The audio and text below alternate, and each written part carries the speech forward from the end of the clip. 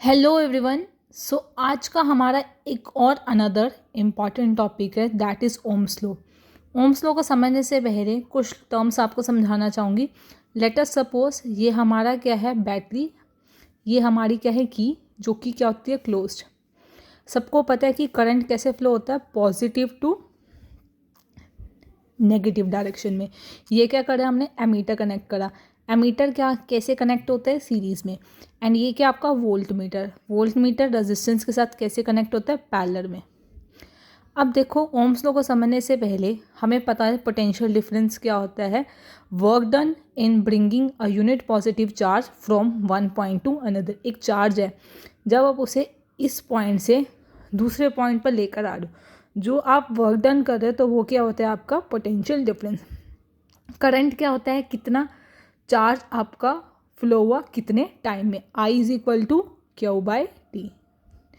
अब देखो Ohm's law हमेशा किसके लिए वैलिड है, ओमिक कंडक्टर के लिए। जहाँ पर भी कंडक्टर नॉन ओमिक हो जाएंगे तो ओम्स लॉ क्या हो जाएगा, फेल। ओम्स लॉ क्या बोलता है, पोटेंशियल डिफरेंस जो है डायरेक्टली प्रोपोर्शनल है current applies. Let us suppose मेरे पास में अगर V और I बनाऊँ, अगर V की वैल्यू 2 है तो करंट की वैल्यू 1। जैसे ही मैंने V की वैल्यू 3 करी तो करंट की वैल्यू 2, 4 करी करंट की वैल्यू भी 3। मतलब क्या है, V जैसे जैसे हम बढ़ा रहे हैं करंट भी क्या है हमारा बढ़ रहा है। इसका मतलब है जब हम इसके बीच में ग्राफ प्लॉट करेंगे V वर्सेस I के बीच में, it will be a straight line. तो यही चीज़ है, V is directly proportional to I। सदाबहार एक रूल है कि जब जब प्रोपोर्शनलिटी आएगी तो कांस्टेंट आएगा। यहाँ पर कांस्टेंट क्या है, R को क्या बोलते हैं आप लोग, कांस्टेंट ऑफ प्रोपोर्शनलिटी। हर जगह कांस्टेंट का अलग अलग नाम है, तो यहाँ पर कांस्टेंट का नाम है R, जिसको आप लोग बोलते हो रेजिस्टेंस। अब रेजिस्टेंस क्या होता है, किसी भी कंडक्टर की एबिलिटी, वो कितना करंट अपोज करता है। अपोज का मतलब है जैसे आप लोग यहाँ पर चल रहे हो, रास्ते में बड़े आराम से चल रहे हो, रास्ते में अगर इतना बड़ा पत्थर आ जाएगा तो आपकी स्पीड क्या हो जाएगी, स्लो। वैसे ही करंट बड़े मज़े से जा रहा था, रास्ते में से रेजिस्टेंस मतलब रुकावट दिखी तो करंट की वैल्यू क्या हो जाएगी, स्लो। तो यही चीज़ हुई, जैसे जैसे रेजिस्टेंस बढ़ेगा, रेजिस्टेंस बढ़ा तो करंट क्या हो गया, कम। यही चीज़ है, V is equal to I R. ठीक है, तो अगर हम V is equal to I R लिखें, V is equal to I R, तो R is equal to V by I. R को एज इट इज़ रखा, V बाई आई। तो यही चीज़ है। अब आपके पास कई बड़ी डेफिनेशन आती है, डिफाइन बॉर्न नॉर्म। बहुत आसान तरीका है इसको लिखने का। सबसे पहले फॉर्मूला लिखो V बाई आई। V की SI यूनिट वोल्ट, मतलब पोटेंशियल डिफरेंस की SI यूनिट वोल्ट, करंट की SI यूनिट एम्पियर, 1 लगा दो तो और रेजिस्टेंस की SI यूनिट क्या होगी आपकी, ओम। अब 1 ohm is set to be done कब जाता है, जब हमारा 1 एम्पियर का करंट जा रहा हो और जो पोटेंशियल डिफरेंस है वो भी क्या हो, 1 ओम। तो इसी को बोलोगे आप लोग 1 ओम। अब आपके पास एक एक्स्ट्रा क्वेश्चन कहीं बार आ जाता है, explain the factors on which resistance depend. तो रेजिस्टेंस किसके ऊपर डिपेंड करता है, लेंथ ऑफ कंडक्टर के ऊपर, एरिया ऑफ कंडक्टर के ऊपर, टेम्परेचर के ऊपर।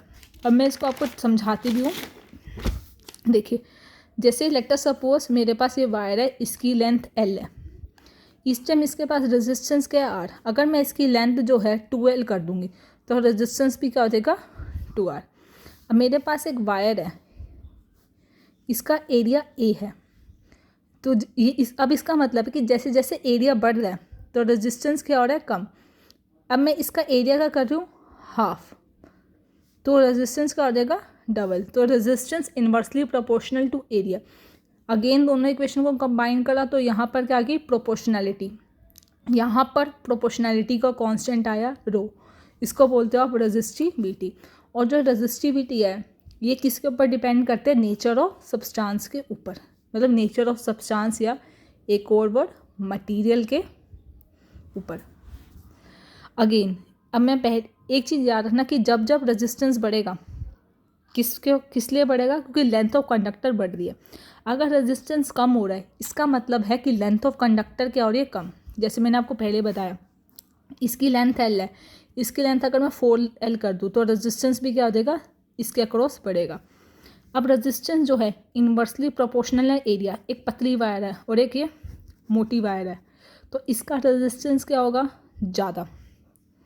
क्यों, इसका एरिया क्या है, कम, इसका एरिया ज़्यादा है तो रेजिस्टेंस क्या हो जाएगा, कम। अब हमने ओम्स लॉ से पढ़ा था R is equal to V/I, तो V क्या रहता है, अगर हम कांस्टेंट ले वोल्टेज तो R is inversely proportional to I, मतलब अगर करंट कम है तो रेजिस्टेंस क्या होगा, ज़्यादा। सिंपल सी बात है, रास्ते में जितनी ज़्यादा रुकावट होगी, करंट के रास्ते में जितनी ज़्यादा रुकावट होगी तो करंट क्या होगा, कम। अब करंट के रास्ते में रुकावट कब है, आप हाईवे पे चाहते हो तो हाईवे पे क्या होता है, आपकी जो स्पीड है बहुत अच्छे से चलते हैं क्योंकि स्पीड ब्रेकर वगैरह नहीं होते। ऐसी अगर आप किसी टाउन वगैरह वाले एरिया में चले जाओ जहाँ पर स्पीड ब्रेकर ज़्यादा है तो स्पीड क्या होगी आपकी, ऑब्वियसली कम। एक चीज़ आपको याद रखना है, ये बहुत बहुत इंपॉर्टेंट है, आई थिंक किसी को भी नहीं इतने अच्छे से क्लैरिटी होगी इस टॉपिक की। अब देखिए, अगर एरिया कम है तो रेजिस्टेंस क्या है, ज़्यादा। रेजिस्टेंस ज़्यादा तो करंट क्या हो गया, कम। अगर एरिया ज़्यादा है तो रेजिस्टेंस कम, रेजिस्टेंस कम तो एरिया ज़्यादा। अब क्वेश्चन बहुत बार एग्जाम में आता है कि थिक वायर और थिन वायर में किस में करंट ज़्यादा फ्लो होता है। जैसे आप एसीज वगैरह में देखते हो तो वायर क्या होती है, थिक। क्यों थिक होती है, क्योंकि करंट क्या चाहिए, ज़्यादा। अगर करंट ज़्यादा चाहिए तो रेजिस्टेंस क्या हो गया, कम। होपफुली आपको क्लियर होगा। Thank you so much.